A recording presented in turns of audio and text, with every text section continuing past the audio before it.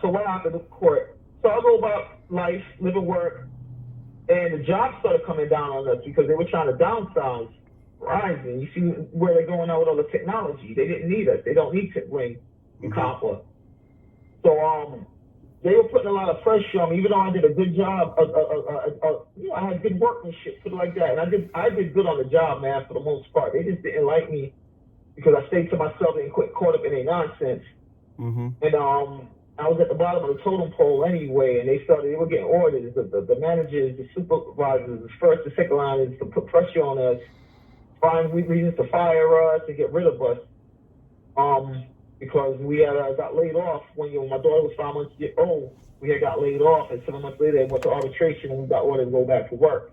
So the company was pissed off and trying to find ways to fire us. And I was, the baby moms knew this. My family knew it. Everybody knew it, man. And during, No, I'm listening. But okay. And even during this situation, during this whole time, especially when she started threatening with the child support, I would go to her family, my family, asking to get involved, and young Queens get involved. This girl either got to let me lose my job, she got to end up getting arrested, or she got to end up getting killed. Nobody wanted to step in, man. Nobody stepped up. If they did offer, oh yeah, okay, I'm gonna sit down with Erica and you. I'm gonna call her up and get you guys together, and they'll call me back about 15 minutes later. You know what? I just talked to Erica, and she said no. You like to do things your way, and manipulative, very manipulative. So when on the job now, I tried to help somebody out with a house. He was going, and he tried to use his child support thing too, because they knew I was being screwed at the job. And this guy tried to exploit me and to help co-sign for a house or whatever. And I did it, but you tried to get her to co-sign a house for you? No, he got me to co-sign a house for him because he was his child support was hitting him, killing him. And who is this? This was an ex-co-worker at the time. Gotcha. And one day I got a letter from the bank saying that the payment was missed that he was supposed to take care of. And I go to my supervisor and I'm like, oh, hey man, listen, I gotta go take care of something.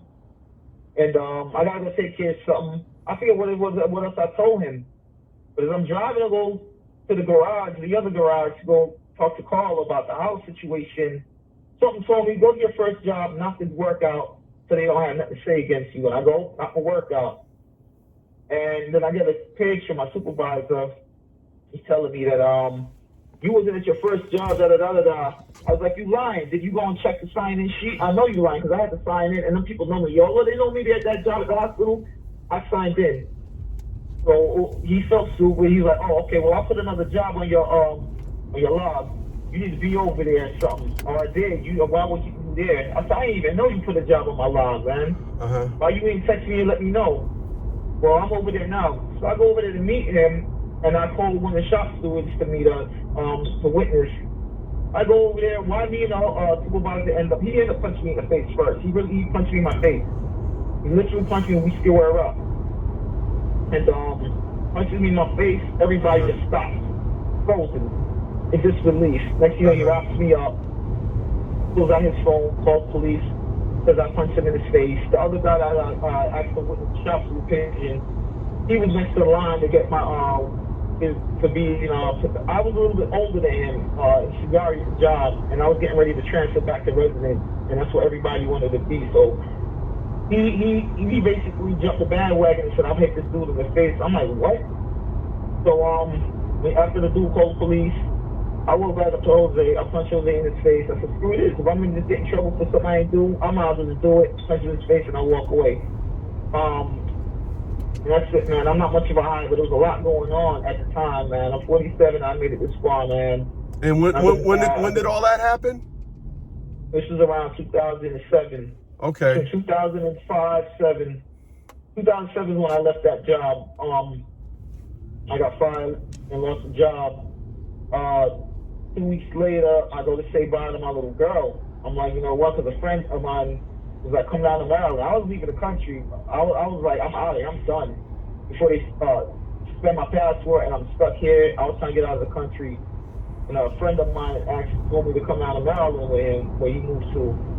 him and his mom. So I went down there for a little bit. 2 weeks later, he was coming to New York to go to Albany to go deal with his child support situation. And I was like, you know what, Joaquin, can you drop me off in the Queens to go? I need to go say bye to my little girl. Like, I gotta at least see her, man.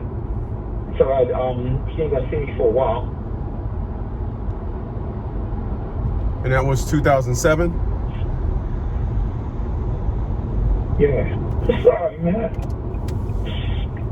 No, I understand. So that. I'm so sorry, man. I didn't mean to do this. Because it's hard to talk about, man. It really is. No, I understand, man. So, I go say bye to her. The whole time we're going through this process, she's being coached by one of her friends. Telling her what to do, egg me on, trying to get me in arguments, and it was all failing, man. All of it was failing miserably. Mm-hmm. But she just wanted to put me on child support. So I go say bye to my little girl. She was on the phone with the same girl. First, she wouldn't even let me in the house. She was staying at home with her mother, her grandmother, my daughter's great-grandmother. Never let me in she wouldn't let me in the house. First time. So I knew something was up. I knew something was wrong. It's like 8 in the morning. I knew something was wrong. Wouldn't let me in the house, had me waiting out front. So I said, you know what, I have a feeling she's going to try to sneak away. And by the time I looked to the side of the house, I could watch the other side of the house, the car park. She was really trying to sneak away. Like, this whole situation is going to help me develop a sixth sense, man. I'm not trying to make the same mistakes again. Right. So, she's pulling away at the front. I'm like, where you going? What time my little girl sees me and gets excited again, as usual. But somehow we end up in the house. I'm talking to the little girl. And you can see she's all sad. She gets on the phone with her friend, the same chick, Lashana. Lashana's sitting there. I don't know what she's telling her, but you can hear the baby mom, and she's sitting there, yeah, he's right here. She's talking to Night. I'm like, who is that? None of your business. I'm like, that's Lashana, ain't it? Let me talk to her. And I reach out to grab her cell phone, and she just starts hooking off. This ain't the first time. She just starts punching me in my face. I'm not even lying. I promise you I'm not lying to you. Mm-hmm. I used to work out, man. If I could have really hurt that girl, man, if I wanted to. Right. So where are you at? Where are you at now? What is the thing that where you at now? I'm in Georgia right now. I'm technically homeless. No, I meant where are you at far as what you're trying to do? And I'm sorry to hear that, but what are you trying to do? There's more to the story because she literally got me almost killed by the police. Oh, okay. Hold on a second. Hold on 1 second. Hold on a second. Mm-hmm. Yeah, can I just get a large tater tot with ketchup? Nah, that's it. Alrighty, that's number 384. Thanks.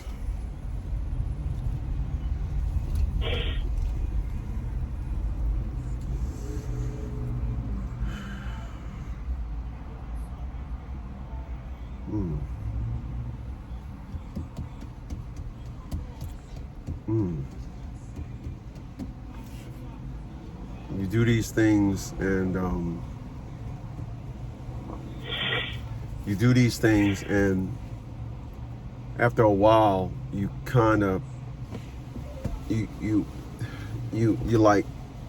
wonder, where do people turn on the get it? When do they turn on the get it button? When they get it. When do they just... Damn, he talking about this. When do they just say, I get it, and start playing defense instead of offense? Or playing more offense instead of playing defense? You can't just constantly be on defense.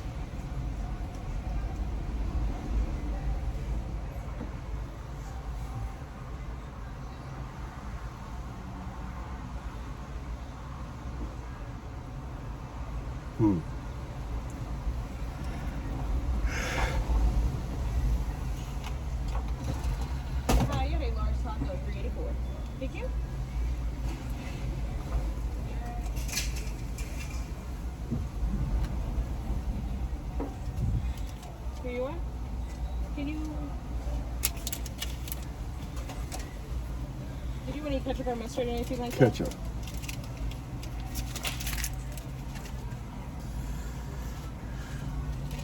Here you are. You have a nice day.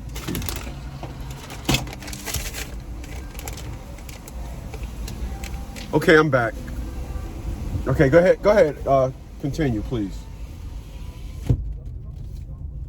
This major part of it. So she punches me in my face, punches me in my face.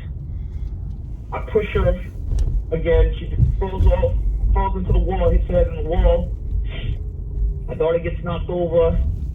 Second time this happened, something like this went down. First thing she does, pick the phone up. I got you now, I got you. My little girl was crying. She doesn't even care about the child. I go pick an eye up. Daddy got you, don't worry. I realized she's calling police, so I said, I'm going to go call police this time. I go in and I call the police. A patrol car pulls up. We're in the front now. With two cops. They separate us, but we're only like a few feet apart. They're having her explain her side of the story, and every time she says something, it's full with a lie. So I interject, but I wasn't hostile in that at all. I'm like, that's not true, officer. Every time. So like the third, fourth time, I try to interject, because every time I did that, he's like, 1 second, hold up. He was shutting me up. So by the time, like the third, fourth time, I'm like, officer, that's not true. He's like, you know what? Come take a walk with me. And he starts walking me towards the car. I'm like, where are we going? He's like, turn around. I'm like, wait, you put me in cuffs? Turn around. So I hesitate to tell him, don't let because my little girl even said, leave my daddy alone. She's like, no, with my daddy or something. Leave my daddy or something. And I'm like, you know, officer, please don't let I turn around to tell him, don't let my little girl see you put me in cuffs, man. And as I do that, he just saw some, stop resisting. And she, you know, this is the same neighborhood. I don't know, you're in New York, right? So you probably know about Sean Bell. So this is over there, Logston, not far from Sean Bell, where Sean Bell happened like 6 months earlier. And then there was a lot of tension, a lot of stuff was going on around this time. So next thing you know, I'm pounced on by the two police officers, and we're all just fighting in the middle of the street. And gun pulled from my head and everything, man. Pulled a gun in my head. I remember just taking a gun from him, snatching it out of his hand, and just fighting the two cops. Next thing you know, when I grabbed his gun, he just screamed, gun, he got my gun. I just crossed the gun, man, as far as I could over someone's house. And you know, police just come from everywhere, man. Come from everywhere, and they beat the hell out of me in front of my daughter. And that's why I called, man, 'cause that's the last thing she saw, man. I'll never forget the look on her face. Never. And the girl stood there. It was because my co-worker lived across the street. His wife came out and started having a film with a cell phone. And that's the only reason why they stopped beating me out. Knocked out my tooth, broke my nose, everything, man. In front of my daughter. And the chick stood in Miss Hinton said the same thing. When I spoke to Miss Hinton when I was in Central Booking, she was like, Dwayne, I don't know what's going on between you and that girl, but I've seen dudes get beat up by girls get their boyfriends beat up by police, or whether it was police or other dudes. But they usually jump in and stop it after a while. That girl stood there, and we thought you were dead, but that was one of the most evil. She stood there with an evil smirk on her face, and that was one of the most evilest things I've ever seen. I said, Miss Dixon, thank you.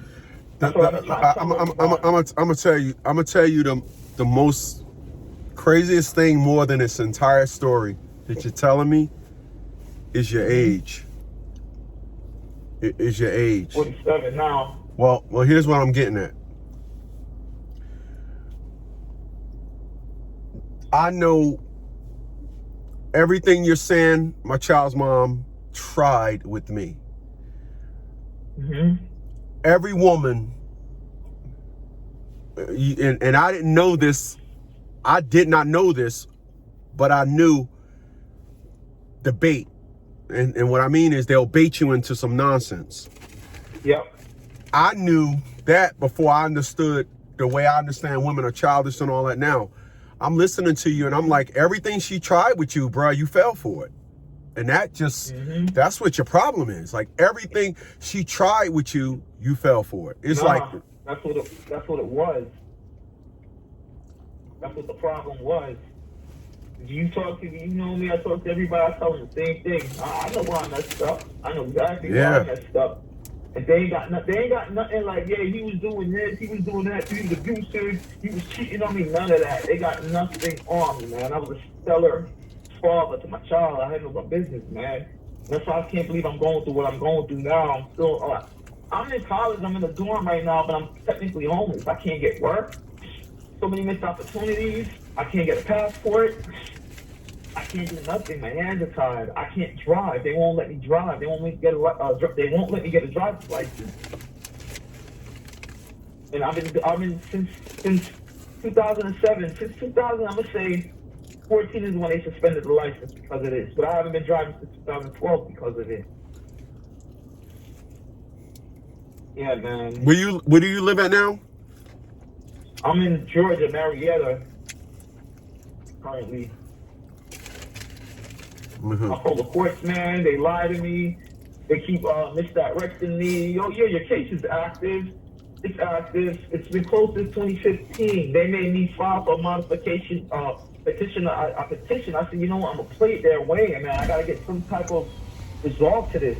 It's 2019. I filed for modification. Petition for modification. And they played it like it was a real case, but the judge ended up with a different judge, Prasad, some Indian lady, with the belligerents. And at this time, I was working with another agency, National Liberty Alliance. And they had filed an amicus brief. Something for Nature and Cause, and I can't forget what the third one was. Two of them they didn't file. I've been filing stuff to my case for a while now, and they've been not filing it. Now, attempting to file stuff to my case, and they have not been filing it. Mailing stuff to them, requesting copies of the court orders, everything filed to my case. So let me ask you a question. Are you dating somebody now? No, chicks don't want a broke ass nigga. I'm sorry, I'm too broke right now, man. No. Here's what I'm getting at. I haven't seen my daughter since 2009, so I'm only 2 years. I got 2 years. When you dealing with somebody, if I was to tell me all the ingredients to a family, you wouldn't add up all this stuff that you're telling me, because that's not the ingredients to a family, right? Mm-hmm. Right. So what I do is help people outside of the situation that we go and what we've been through. I help people understand outside the situation. My actions is based on what was, not what you perceived a family to be. You're beating yourself up over a family that I don't see ever was. I just don't see it. Exactly. I'm not. It's just my daughter. No, hold on. Mm-hmm. Last year, I understand it. This is 2007, and the unfortunate things about your narrative is you put all this stuff in place and it happened. My daughter actually screwed me over. My daughter actually assisted her mother in screwing me. Your daughter didn't do that, and I get it. But the cause for it is different than the actual, meaning what actually is you've been so long and didn't see your child. You don't know your child no more. Nope. My friend told me about 2 years ago, and I never thought about it. He said, Smitty, you don't know your child no more. When people don't know me. Right. When people ask me, would you ever want to resume a relationship with your daughter? I tell them no. Well, why not? I do. Hold on. They say, well, why not? I say, well, I don't know her no more. And life has a way of not helping people understand. You deal with life based on life. You don't deal with life based on what should have been. You deal with life based on what it is. And me personally, I'm not going back. I'm not messing with that no more. I'm clearing up. You have a lot going on with you that you have to deal with first. You cannot go into this. I don't know how you even sitting here today, thinking about your daughter when you got all this stuff on your shoulders. And you cannot be you. You cannot be a father to somebody with all this stuff on your shoulders. You can't. Well, don't get me wrong. if anything, secondarily, I done gave up on my daughter about 5 years ago too. I'm not gonna lie, but it's, and I've been just Hold trying to on, get free, hold on, because you're talking to me, and you're using words that don't apply. When you say you gave up on your daughter, explain that to me, because I'm telling you you're wrong. Explain you giving up on. Go ahead. Trying to pursue, trying to build that relationship again, that was never there. So go ahead. Exactly. Okay, so how are you trying to pursue? How have you given up? You gotta have it in order to give it up. You never had it, bruh. You never had it. So that is the correct analogy on what you're talking about, and everything that you've been through is you're talking about stuff that was never, and it sounds to me like you're beating yourself up over it. It was never there. Nah, I'm beating myself up only because I'm getting beat up. All I want really is just to be able to drive and work and stop being gone and stop being robbed. I'm being exploited. That's the main thing. And it's like, all right, since that's not gonna work, I'm trying to get creative with this, because when people are downtrodden, bro, especially Black people, we're supposed to get creative and find ways. We do get creative. And I'm trying to find different ways, from a private investigator to help fix it up. Because I realized the only thing that's going to fix me, get my life back at least, so I can be a man again. Hold on. Be a productive member Okay. of society, at least get to my daughter and let her know, you know what? Hold on. So I want to be clear on what you're saying. You saying, brother, you got to get creative, right? That's what you just said. I heard what you said, because I'm sitting here when you said it. So tell me something. Who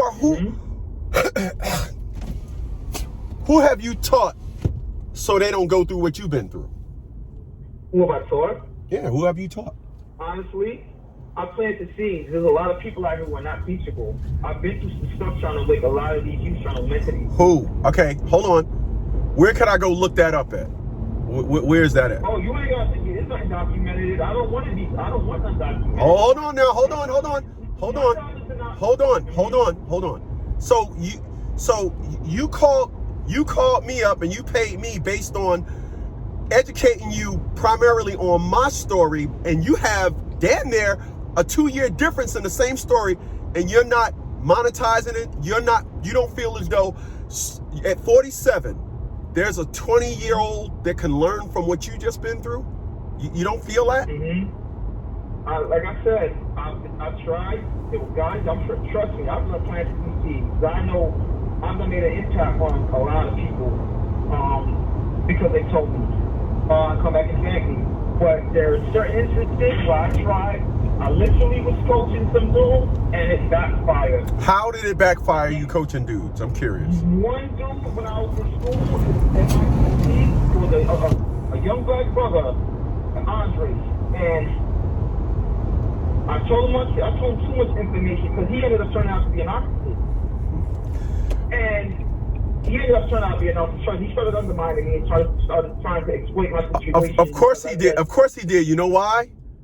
Because you tried something as opposed to letting people come to you. So let me come at it this way. You know why I'm able to? Do you see how you was talking about it and you started to tear up? That's because you never heard nobody say to you, "Thank you, man. Your story helped me." When you start hearing people say, "Man, your story helped me," that's when you start healing yourself. I tell my clients, when they say, "Thanks for helping me," I say, "No, you're actually helping me." Because when I hear people, when people say to me, "Thanks, you're a hero," I have to screenshot that. That's my medicine. Today, I screenshotted about 7 messages today on the 1st of April, because that is my medicine. When you put your situation out there and people say, "Thank you, bruh. Thank you, man." My mom don't like me because of what I do. And guess what I do with those messages every so often? I send them to my mother and say, "You know what? I know you don't give 2 cents about me. you don't believe in my business because you feel as though I'm dogging out black women. As my mother that sat down there and watched what I went through, as my mother that knew I wanted to kill myself, it don't matter. As long as I'm talking about black women, you hate me. So you asked me what was the purpose of my business back in 2016? This is the purpose. When individuals tell me, thanks, man, you saved my life. Thanks, man, I'm glad. Hey, man, you're a hero. I send some of those to my mother. And now I don't have the pain no more. I don't have the hurt no more. I don't have it. It's gone. Why? Because I know that there are people that listen to me now and say, bruh, thank you. You the man. That's what got me over the threshold. And you're telling me, oh, I don't want to, I've helped people and it backfired on me. There's no such thing as backfire and help. My friend used to say this for years, and I can apply it now. He said, Chris, when the student is ready, the teacher will appear. When the student is ready, the teacher will appear. And you got to deal with people. You got to make sure you find people that are ready, and they'll come to you, as opposed to you trying to put your stuff on them. That's how that work. That's how it work. It don't work where you say, oh, I tried to help somebody and it backfired. Hold on a second. Hold on 1 second. I got to take a leak. God damn. All right. Shit. I agree with you saying though, but yeah, hold on 1 second. Hold on a second.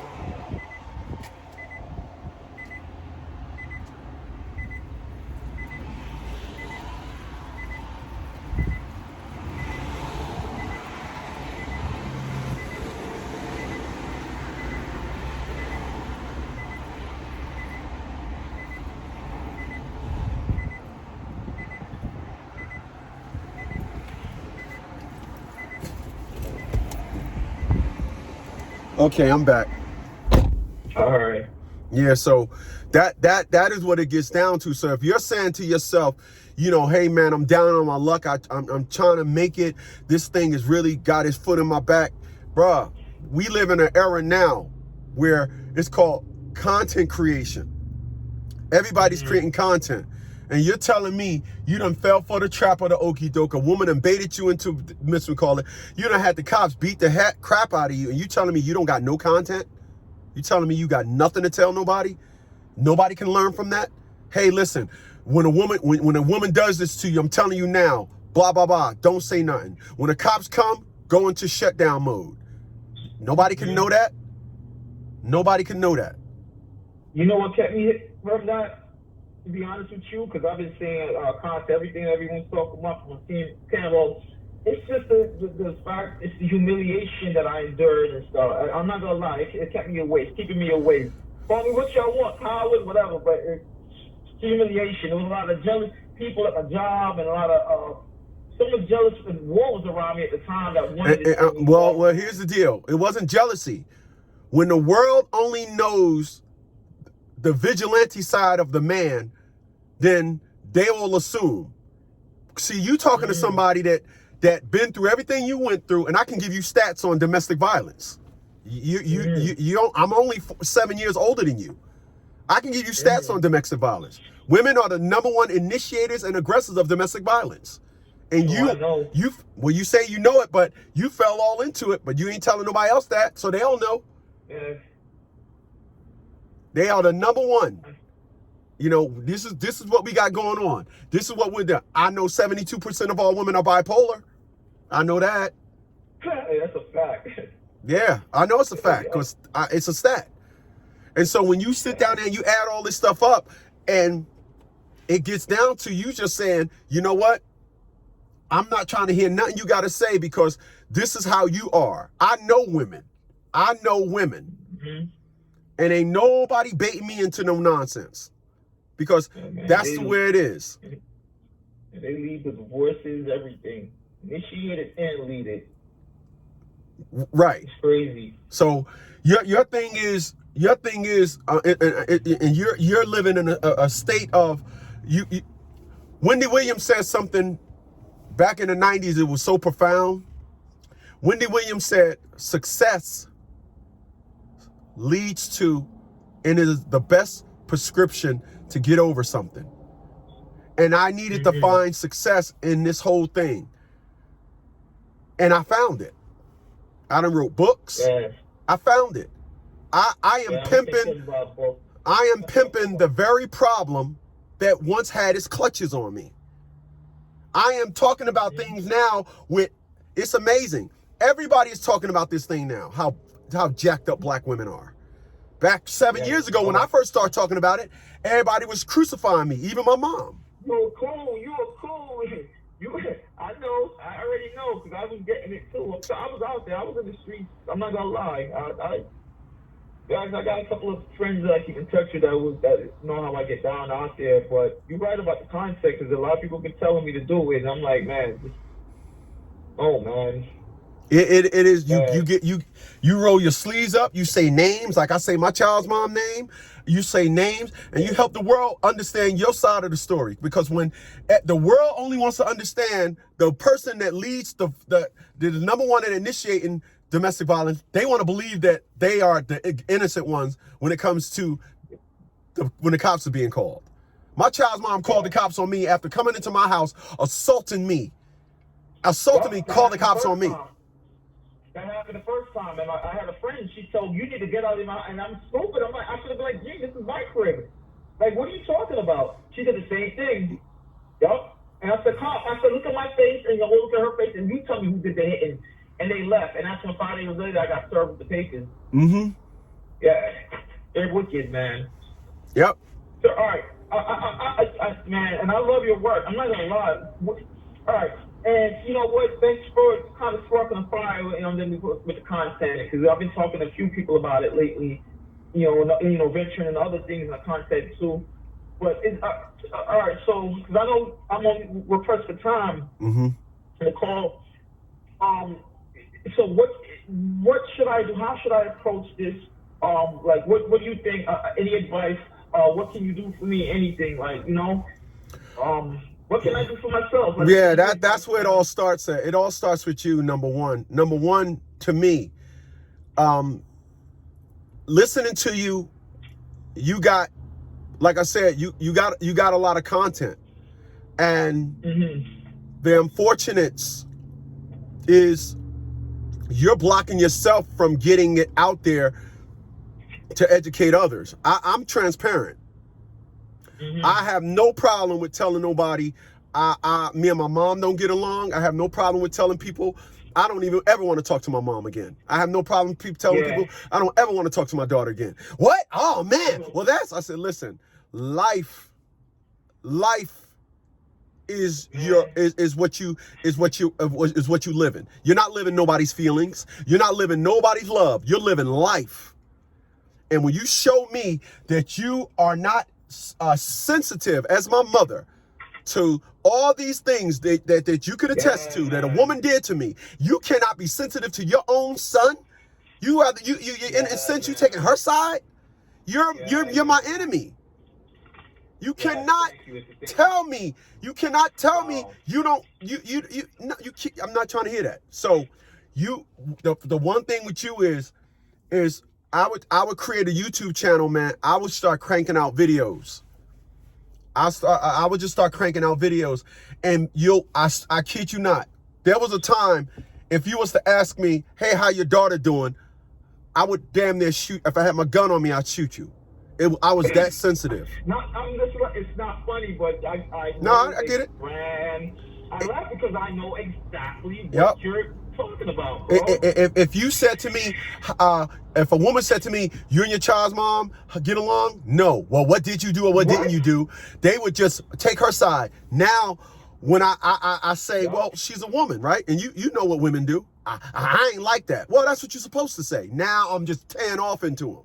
Every time they say something, I just annihilate them. Psychologically, just fuck them all up. Oh, well, I ain't like that. Of course you ain't. She said she wasn't either. Well, it ain't all women. Well, I'm not trying to sort out which ones are. I mean, hey, you opened up this can of worms. Let's stay here. You asked me a question and then insulted me by telling me what did I do or what didn't I do. You don't see that as an insult. So allow me to. We got so much similarity. Like I tell people, so allow me to be blunt. Allow me to be blunt, because that's what I'm coming at you with. Now it's like, Yes, sir. I tell individuals, well, your problem is I travel social media. A real man would blah, blah, blah, blah. I come right up under there. Ain't no such thing as a real man, sweetie. It's a man and a deadbeat. I said there was a show called Cheaters. And it wasn't no men on Cheaters. All the men on there was cheaters. Now, you look at the definition of a man and look at the definition of a cheater. It's two different things. It's two different things. But you saying men cheat. I say, your problem is you used to dealing with males, not men. Or boys. Nah, it's males and men. That's it. You can say boys, because listen, we all got that little boy childish in us. I do. I got sports cars. I got one with a 5-speed. When I drive that car, I'm like a little fucking kid. I let the back kick out. I rev that motherfucker up. I have fun. When I'm on one of my motorcycles, I have fun. I'm a little kid. I'm a little boy. So I'm a man, but I'm acting like a little boy. But these individuals, they just got all these things on how they want to explain to how a man is. I say, no. Hold on, sweetie. I'm a man. I don't do nothing like that. Obviously, you dealt with males. And bums fall on the males. Cheaters fall on the males. Men is all about handling their responsibilities. Males don't. Exactly. So that's what I would do if I was you. I would just you got to get to this stuff is still on your chest, man. And it's 2023, and whenever you start saying 2007, 2009, and 2023, bruh, that sucks, man. That really does. That really does. I can't even date a chick because it's like because you still well I'm emasculated. I feel emasculated. Well, I definitely understand it. And that needs to be part of your story, because here's the deal.